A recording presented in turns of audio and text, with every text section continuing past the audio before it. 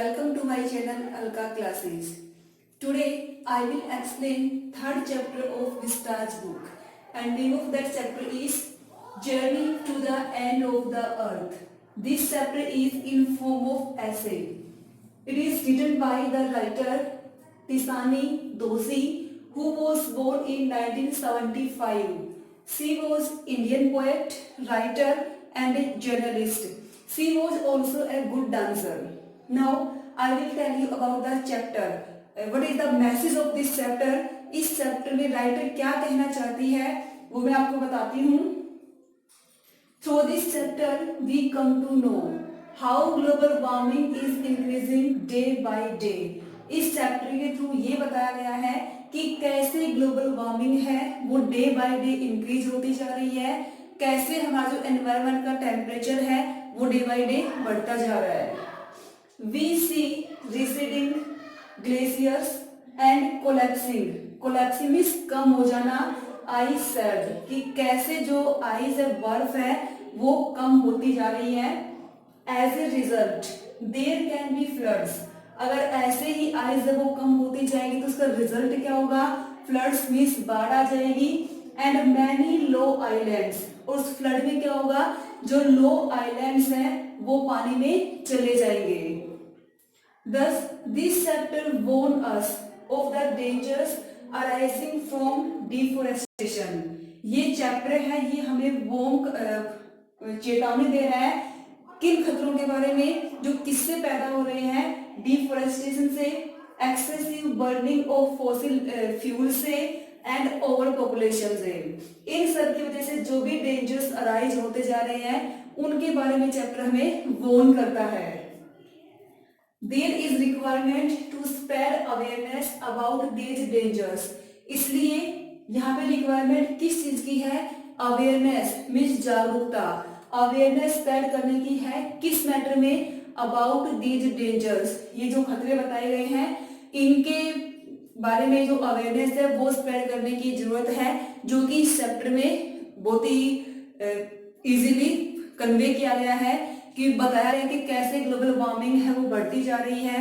अगर ऐसा ही होगा तो इसके इफेक्ट क्या हो सकते हैं. तो इस चैप्टर में कुछ डिफिकल्ट वर्ड्स भी हैं, कुछ इंपॉर्टेंट वर्ड्स हैं, वो मैंने यहाँ पे लिखे हुए हैं, आपको बताती हूँ. 1 million is equal to 10 lakhs. 1000 million 1 billion. Academic सोकल्स्की, ये अकेडमिक सोकल्स्की है. इस चैप्टर में रशियन रिसर्च शिप का नाम है एंटार्क्टिका कॉन्टिनेंट. एंटार्क्टिका आपको पता है कॉन्टिनेंट का नाम है, और एंटार्क्टिका कॉन्टिनेंट का इस चैप्टर में पूरा रोल है. इसी को डिस्क्राइब किया गया है. सिंपल इकोसिस्टम, जो एंटार्क्टिका कॉन्टिनेंट है उसमें स्नो तो है ही है, उसके अलावा इसका जो इकोसिस्टम है वो बहुत ही सिंपल है. लैक ऑफ बायोडाइवर्सिटी, वहां पे जैव विविधता है उसकी कमी है, वहां पे बहुत ज्यादा बायोडाइवर्सिटी नहीं है, उसकी लैक है. गोंडवाना ये वहां पे एक name of a super continent. Students on ice name of a program. ये इस चैप्टर में एक प्रोग्राम का नाम है which was headed by Canadian Geoff Green. जो कैनेडियन जोफ ग्रीन ये कनाडा के हैं, इनका नाम जोफ ग्रीन है, इनके द्वारा हेडेड है ये प्रोग्राम. 52 मेंबर्स. अब ये स्टूडेंट्स ऑन आइस, इस प्रोग्राम के थ्रू 52 मेंबर्स को एंटार्क्टिका कॉन्टिनेंट पे भेजा गया था, जिसमें हमारी जो राइटर है वो भी होती है. तो इसमें 52 मेंबर थे इस प्रोग्राम में, और ये प्रोग्राम है ये सक्सेसफुल भी रहा था. इस प्रोग्राम के थ्रू जो मैसेज कन्वे करना था, जो सिखाना था, उसको इजीली बच्चे सीख के आए थे. और इस प्रोग्राम में हाई स्कूल के बच्चों को इन्वॉल्व किया गया था, और लाइफ चेंजिंग एक्सपीरियंस, और वहां पे विजिट करने के बाद का जो एक्सपीरियंस था वो बिल्कुल ही लाइफ चेंजिंग एक्सपीरियंस था. फाइटोप्लैंक्टन क्या है? Name of sea grass. ये इस चैप्टर में सी ग्रास का नाम है. That nourish and sustain. Nourish means पालन पोषण करना, सस्टेन मीन्स बनाए रखना. The entire southern ocean food chain. अब ये ग्रास है, इसका रोल क्या है, ये सदर्न ओशियन फूड चेन को बनाए रखती है। ये सिंगल सेल प्लांट है और ये जो ग्रास है ये फूड चेन का बहुत ही इंपॉर्टेंट रोल प्ले करती है, क्योंकि इसी की वजह से वहां पे जो फोटोसिंथेसिस है वो पॉसिबल है। Peninsula and tadpole, name of islands. Peninsula और टैडपोल की आइलैंड्स के नेम है क्रेटाबिटर सील। क्रेटाबिटर सील ये इस चैप्टर में एक मांसाहारी जंतु का नाम है। तो ये कुछ इंपॉर्टेंट वर्ड्स थे। अब इस चैप्टर के बारे में इंट्रोडक्शन देती हूँ पहले मैं शॉर्ट में। इस चैप्टर में, ये चैप्टर है ये ऐसे की फॉर्म में है और इस चैप्टर में राइटर जो तिसानी दोषी है वो अपनी जर्नी को डिस्क्राइब करती है। वो जर्नी वो कहाँ पे करती है, एंटार्क्टिका। वो एक स्टूडेंट्स ऑन आइस नाम का प्रोग्राम है जो कि जोफ ग्रीन के द्वारा हेडेड है। उस प्रोग्राम में हमारी राइटर भी इन्वॉल्व होती है और वो एंटार्क्टिका की विजिट करके आती है और उसी विजिट को वो इस चैप्टर में डिस्क्राइब करती है। The journey was a name of a program called students on ice. It aimed, अब जो ये जर्नी थी उसका जो एम था, पर्पस था, वो क्या था, at teaching students about the importance, जो स्टूडेंट्स साथ में गए थे उनको पढ़ाना, इम्पोर्टेंस बताना, ऑफ प्रिजर्विंग द एनवायरमेंट, कि हम कैसे अपने एनवायरमेंट को सेफ रख सकते हैं, कैसे हम अपना इम्पोर्टेंट रोल प्ले कर सकते हैं इसको मेंटेन करने में। ये सब उस विजिट का पर्पस होता है।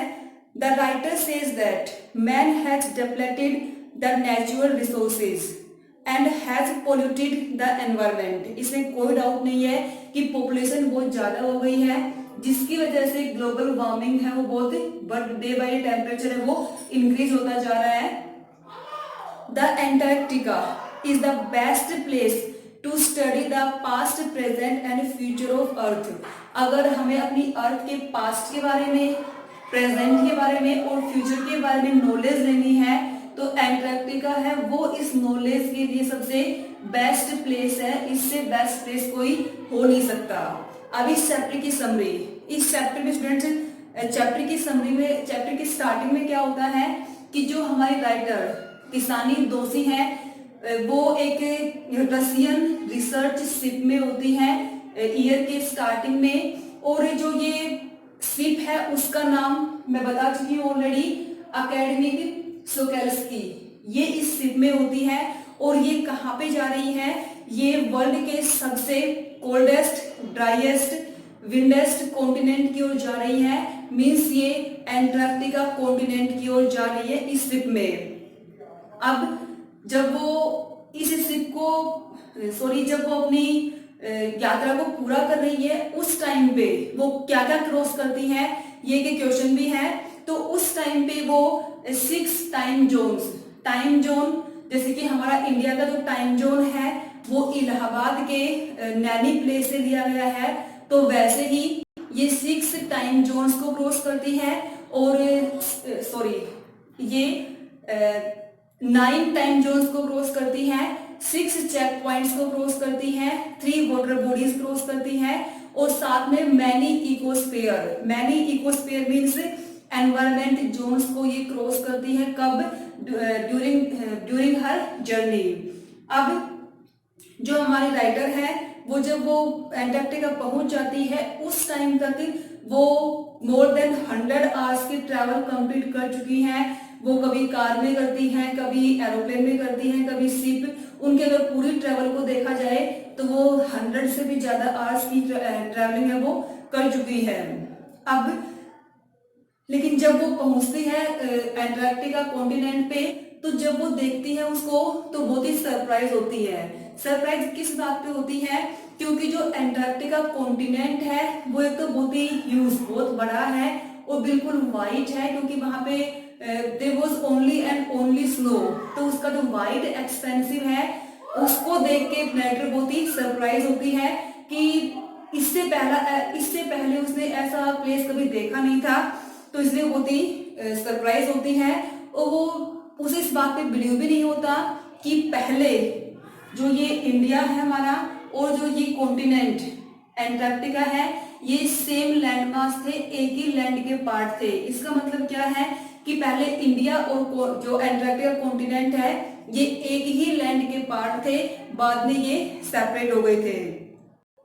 650 मिलियन ईयर्स पहले, 650 मिलियन ईयर्स पहले उस टाइम पे क्या था कि वहां पे एक बहुत बड़ा एक जायंट मर्ज्ड सुपर कॉन्टिनेंट था जिसका नाम था गोंडवाना, ठीक है। और वहां पे कोई भी ह्यूमन बीइंग नहीं था उस सुपर कॉन्टिनेंट में, ये सदर्न कॉन्टिनेंट था, वहां पे कोई ह्यूमन बीइंग नहीं था, लेकिन वहां पे बहुत ज्यादा फ्लोरा एंड फ्यूना थी।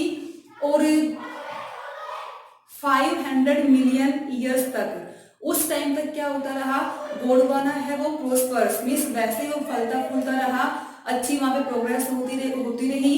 लेकिन जब डायनासोर्स हैं उनके खत्म होने का टाइम आया, मीन्स जब डायनासोर्स हैं वो खत्म हुए और जो मैमल्स हैं वो इस अर्थ पे आए, उस टाइम पे क्या हुआ कि जो ये लैंड पार्ट है ये बहुत से पार्ट्स में सेपरेट हो गया, जिसको हम आज प्रेजेंट में ग्लोब के नाम से पहचानते हैं।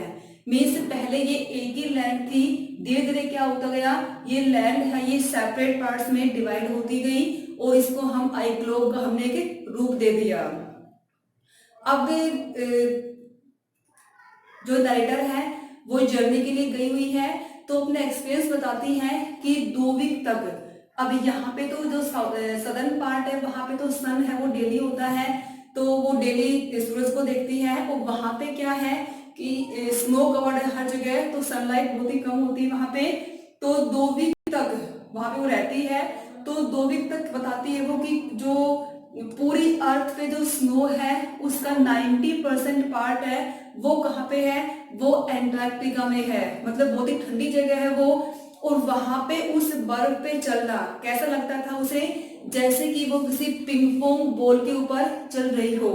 वो बताती है कि वहां पे कोई भी ह्यूमन बीइंग नहीं है, there was no tree, there was no billboards, no building, वहां पे कुछ भी नहीं है, only wide expanse of snow है, इसके अलावा पे कुछ भी नहीं है। जो अर्थ का सीन है वो सीन भी लगभग एक ही है, वाइड एक्सपेंसिव बर्फ से उसके बहुत ही लार्ज पार्ट है, मीन्स आइस है वो बहुत बड़ी बड़ी है वहां पे, इवन बेल्जियम है उसके जितने आइसबर्ग्स है वो वहां पे पाए जाते हैं। वहां पे ओनली साइलेंस है, कोई भी आवाज नहीं है, कोई मूवमेंट नहीं है। यदि वहां की साइलेंस ब्रेक होती है तो किस वजह से होती है, जब आइस शीट टूटती है तब आवाज होती है, उसके अलावा वहां पे कोई भी आवाज नहीं होती। There was silence all around there. अब जो राइटर है वो ये बताती हैं कि जो हमारी ह्यूमन सिविलाइजेशन है वो 12,000 ईयर्स पहले इस अर्थ पे आई थी। मीन्स हमारी जो ह्यूमन सिविलाइजेशन है उसको अर्थ पे आए हुए बहुत कम टाइम हुआ है, और इसी कम टाइम अगर ज्योग्राफिक क्लॉक में देखा जाए तो ये टाइम है ये 1 सेकेंड के बराबर है। और इसी थोड़े से टाइम में हमने क्या किया, मीन्स ह्यूमन बीइंग्स ने क्या किया कि नेचर पे भी डोमिनेंस करने की कोशिश की है, विलेज सिटीज इन सबको पे तो डोमिनेंस करने की कोशिश की है। इसके अलावा वो अपने नेचर पे भी अपने मन की करना चाहते हैं, उस पे भी वो अपना डोमिनेंस करना चाहते हैं, जो कि पॉसिबल नहीं है। और रिजल्ट क्या निकल के आया, नेचर पे डोमिनेंस करेंगे तो रिजल्ट ऑब्वियसली कैसा होगा, नेगेटिव ही होगा, कि जो CO2 है उसका एक कवर बन गया, हमारे एनवायरनमेंट के बाहर एक CO2 कवर बन गया, और जो टेम्परेचर है वो बहुत ही हाई हो गया, और डे बाय डे टेम्परेचर है वो इसके इफेक्ट की वजह से बढ़ता ही जा रहा है, क्योंकि पॉपुलेशन है वो बहुत ही ज्यादा हो चुकी है इसलिए। और क्लाइमेट चेंज है वो तो ऑब्वियसली हो ही गया है, और प्रेजेंट टाइम में क्लाइमेट चेंज है वो डिबेट का एक बहुत ही बड़ा इश्यू बना हुआ है कि क्लाइमेट चेंज इतनी फास्टली कैसे हो रहा है, तो इसमें डिबेट बहुत ज्यादा होते हैं, ये डिबेट का बहुत बड़ा मुद्दा बन चुका है। और साथ साथ ये भी डिबेट में पूछा जाता है कि जो वेस्ट एंटार्क्टिक आइस शीट है वो क्या कंप्लीटली मेल्ट हो जाएंगी, कि जो गल्फ स्ट्रीम्स हैं वो बिल्कुल ही डिस्टर्ब मीन्स अस्त व्यस्त हो जाएंगी, या फिर इसके अलावा इस वर्ल्ड है ये डिस्ट्रॉय हो जाएगा, नहीं होगा। इन सब में एंटार्क्टिका का एक क्रूशियल रोल है, क्योंकि अर्थ के प्रेजेंट के बारे में, पास्ट के बारे में और फ्यूचर के बारे में हमें पता कहाँ से चलेगा, वहां पे हम जाएंगे एंटार्क्टिका, तब पता चलेगा कि इसका पास्ट कैसा था, प्रेजेंट कैसा है, इसका फ्यूचर है वो कैसा रहेगा। क्योंकि वहां पे कार्डेलियन फोल्ड्स हैं, उनके स्टडी के थ्रू हमें पता, बहुत सी बातों का पता चल जाएगा, जिनमें कार्बन है वो काफी ज्यादा पाया जाता है। अब एक प्रोग्राम जिसकी बात हुई थी पहले, स्टूडेंट्स ऑन आइस, जो कि एक कनाडियन पर्सन जोफ ग्रीन के द्वारा हेडेड है, और इस प्रोग्राम में 52 मेंबर्स हैं, उनको एंटार्क्टिका कॉन्टिनेंट पे ले जाया गया था। और इतना ही नहीं, जो जोफ ग्रीन है वो काफी पर्सन को वहां पे विजिट करवा चुके हैं, कुछ को वो, कुछ रिटायर्ड पर्सन हैं, कुछ की वहां पे जो क्यूरियोसिटी सीकर्स हैं, मींस वहां जाना चाहते हैं और कुछ जानना चाहते हैं, उनको भी ले जा चुके हैं। इवन जो रिटायर्ड है या फिर रिच पीपल हैं, बहुत से पीपल को वहां पे वो विजिट करवा चुके हैं। अब वहां पे ये लेकर जाते हैं तो इनका पर्पज क्या होता है ले जाने का, ताकि वहां पे लोग जाए और जो लाइफ चेंजिंग एक्सपीरियंस है उसको वो खुद फील कर सके।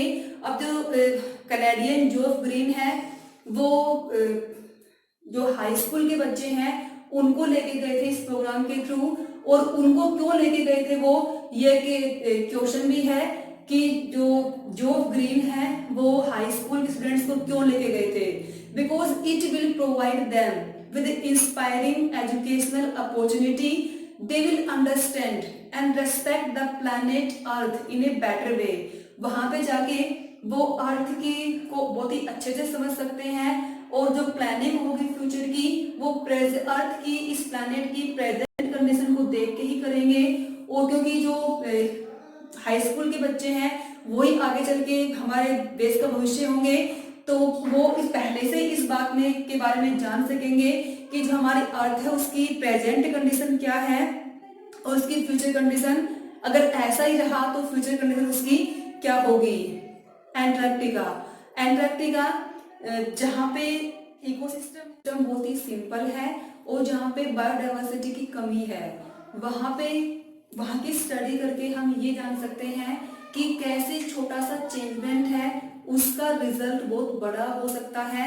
जैसे कि एग्जांपल देके यहाँ पे बताया गया है कि फाइटोप्लैंक्टन जो कि एक सी ग्रास है और जो सदर्न ओशियन की फूड चेन में बहुत ही इंपॉर्टेंट रोल प्ले करती है, और यदि ओजोन लेयर है इसका ये ऐसे ही बढ़ती रही, मींस ओजोन लेयर का इफेक्ट अगर ज्यादा हो जाएगा तो क्या होगा, एक ग्रास है इफेक्ट होगी, और इसके इफेक्ट होने से क्या होगा, जो ये फूड चेन है, ये कंप्लीट फूड चेन है इफेक्ट हो जाएगी, जिसका रिजल्ट कैसा होगा, ओब्वियसली रिजल्ट है वो बहुत ही बड़ा होगा। तो यहाँ पे क्वेश्चन भी है कि कैसे स्मॉल थिंग्स है उनका रिजल्ट है वो बिग थिंग्स में कन्वर्ट हो सकता है, कैसे उनका रिजल्ट बहुत ही हाई हो सकता है। तो इस एग्जाम्पल के थ्रू इसको आपको प्रूव करना है। नेक्स्ट हमारे जो नरेटर है और राइटर तिफानी दोषी है, वो बताती हैं कि जो सबसे अच्छा एक्सपीरियंस है वो उनका कब रहा था, जब वो शिप में जा रहे होते हैं तो उस टाइम पे जब उनकी शिप पेनिसुला और टैडपोल आइलैंड के बीच में होती है, तब उनका जो शिप है वो बर्फ के बीच में चला जाता है, नीचे चला जाता है थोड़ा सा। तो उस टाइम पे कुछ बोर्ड लगा के उनका कैप्टन है वो उनको इंस्ट्रक्शन देता है कि वो नीचे उतरे, तब वो सारे 52 मेंबर्स हैं वो नीचे उतरते हैं, और जो आइस है वहां वो उसके ऊपर चलते हैं, जो कि बिल्कुल ही सॉलिड बनी हुई थी, जम चुकी थी, उसके ऊपर चलते हैं। तो ये उनका काफी अच्छा एक्सपीरियंस होता है, और वो देखते हैं कि वहां पे कैरोबिटर सील, ये एक सी का ही एक जंतु है, मांसाहारी है ये, वो कैसे आराम कर रही है, तो ये सब वो देखते हैं। और लास्ट में जो नरेटर है वो ये कहती है कि उन्होंने इतनी दूर ट्रैवल की, वो वहां पे विजिट करने गए, और कभी ऐसा हो गया कि जो एंटार्क्टिका जो कि बहुत स्टार्टिंग में बिल्कुल गर्म था, अगर दोबारा से ही वो उतना ही वार्म हो जाएगा तो इसका रिजल्ट क्या होगा। इसका रिजल्ट ओब्वियसली नेगेटिव हो सकता है, कि जैसे कि डायनासोर हैं वो बिल्कुल एक्सटिंक्ट हो गए, तो क्या ऐसा होगा कि उनकी तरह ह्यूमन सिविलाइजेशन है या फिर कुछ और एनिमल हैं वो भी एक्सटिंक्ट हो जाएंगे या फिर बचेंगे। वो ये कहती है कि स्टूडेंट्स को लेके गए थे, उनका जो एक्सपीरियंस है वो भी लाइफ चेंजिंग एक्सपीरियंस था, और हो सकता है कि जो हमारी प्रेजेंट जनरेशन है जो क्या करेगी, वो जो फ्यूचर की प्लानिंग है वो इस एक्सपीरियंस को ध्यान में रखते हुए करेगी, और जो अर्थ है वो शायद वो बच जाए। तो स्टूडेंट्स ये सब इस चैप्टर में डिस्क्राइब किया गया है, तो आई थिंक आपको ये सब क्लियर हो गया होगा। अगर कहीं भी कोई डाउट है तो आप मुझसे पूछ सकते हो। Thanks for watching. Tell me pretty lies, look me in the face, tell me that you love me, even if it's